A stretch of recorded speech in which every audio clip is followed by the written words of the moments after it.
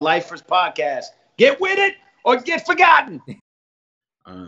But I actually have a question that I think you're gonna like this one. Okay.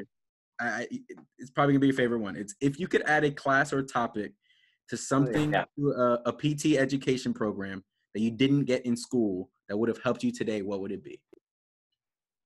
It wasn't about as much as myself. I won't go as high as to saying the CSCS.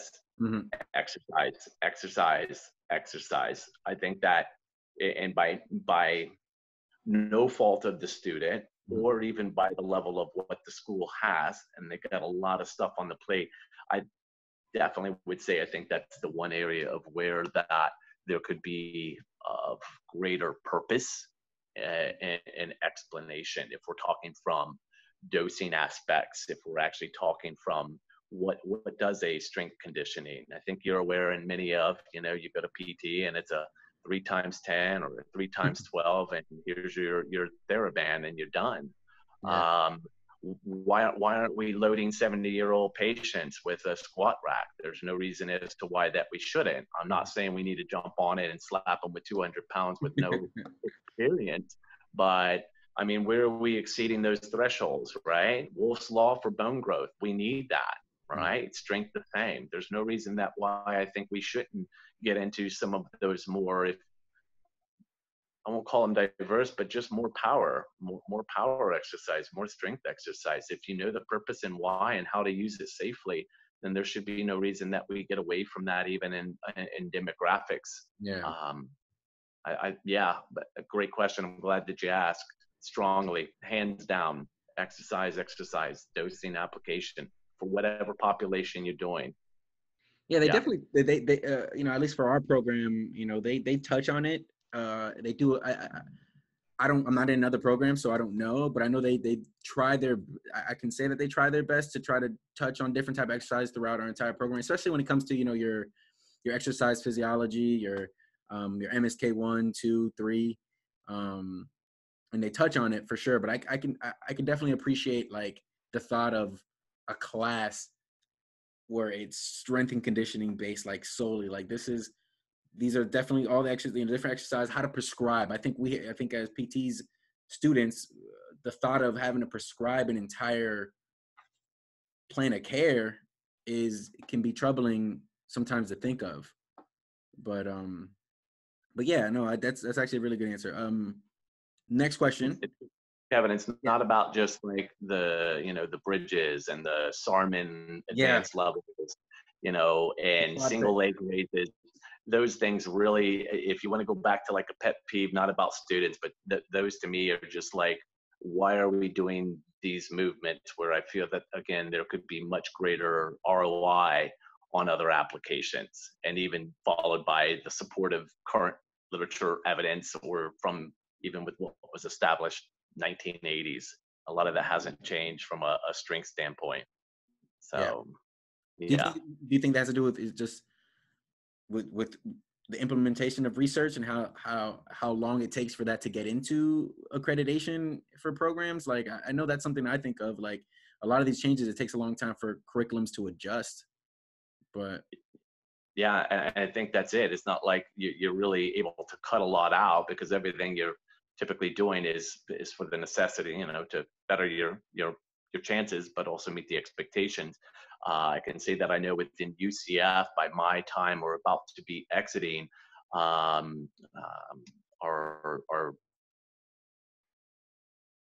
physiology instructor basically was the one who really tried to promote that and encourage it. And where now that they do, and they have a lot more of the Dynacoms, so they've got BFR, so they've got a lot of these other aspects to be able to look and monitor O2, CO2 levels, and maximum output, cardiac output.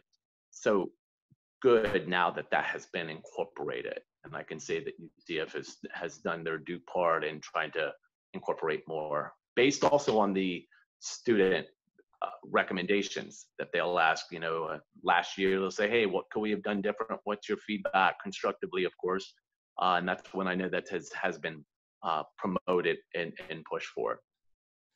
I love it. I'm going to add my own 2 cents to the question.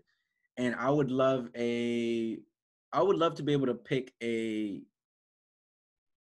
some sort of certification or something that is implemented into our class. So essentially like an elective of what we can choose to be certified in. So whether it's like we get McKinsey, you know, Part A, Part B certified, and that's a part of our curriculum, or we choose to go get our CSCS, and that's paid for, not paid for because it's part of our tuition, but you know, at least have something that we can specialize in that might cater to what we're interested in.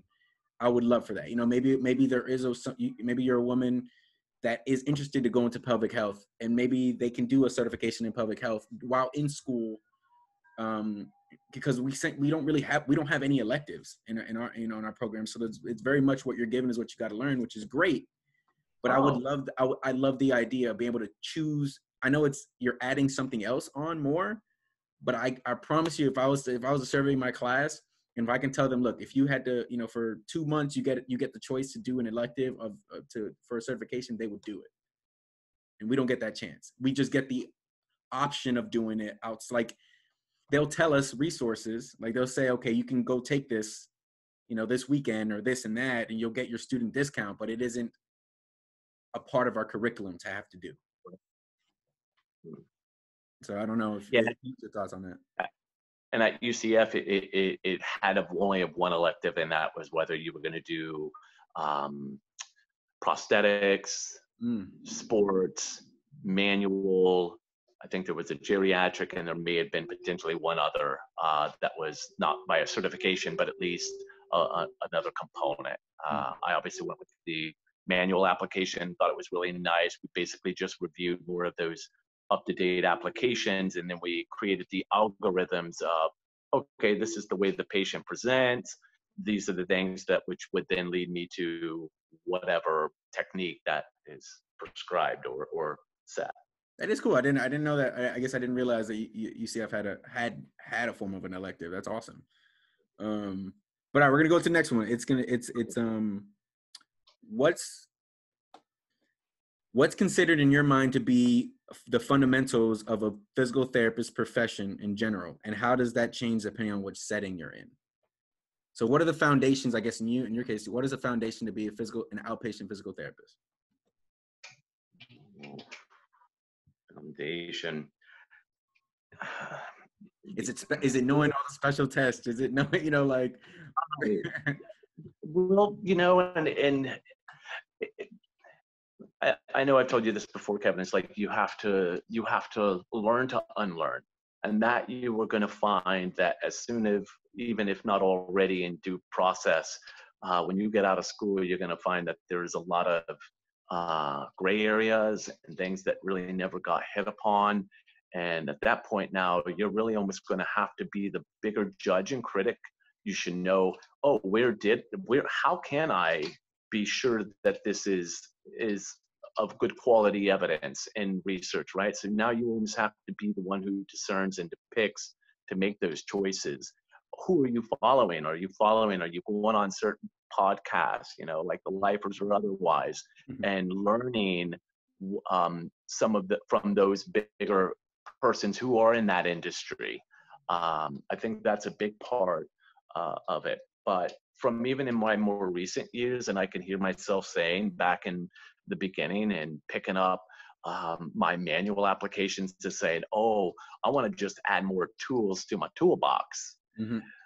At this stage of the game, I have a better appreciation. I don't care about your toolbox, and I don't care about how many tools you got in it. What I do care is the owner's manual. That's what you need to create. That's what you need to invest your time. Owner's manual is looking at, what is my assessment? What is my education? And what am I listening to this individual, right?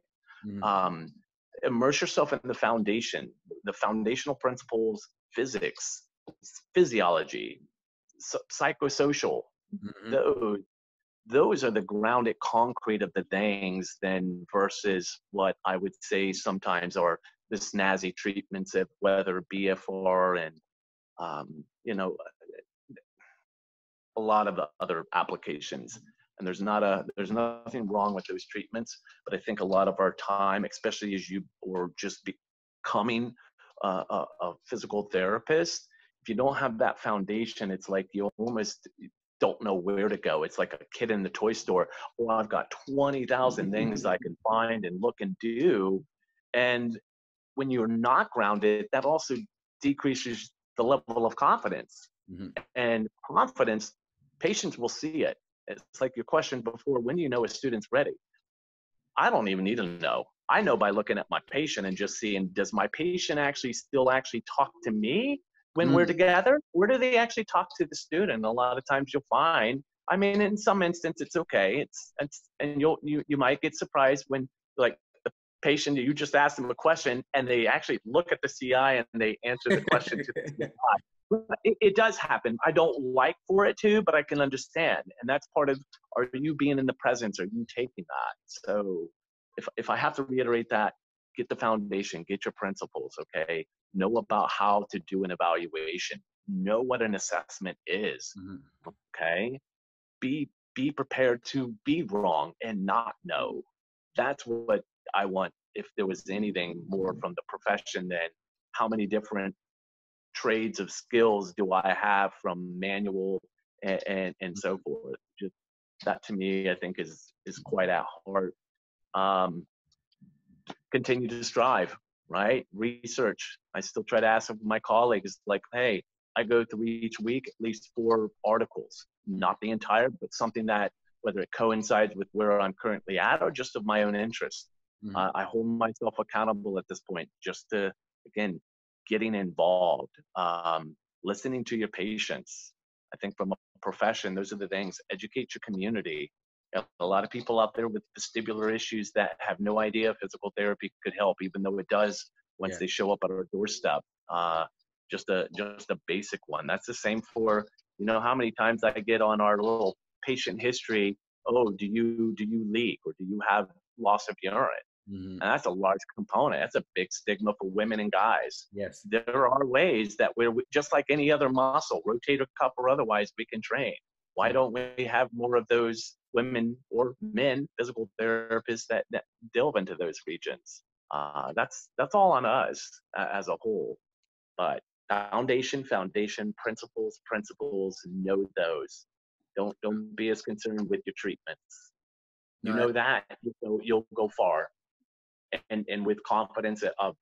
So no, that's great to hear, especially because, I mean, it goes back to your saying, like, knowing that you do know stuff, and just be really confident in the stuff you know, and that confidence has to be learned, has to be gained by your owner's manual, and making sure that you are aware of what your tool actually does and why it does what it does, and when is the best time to use that, not just to have this fancy tool in your toolbox for no reason.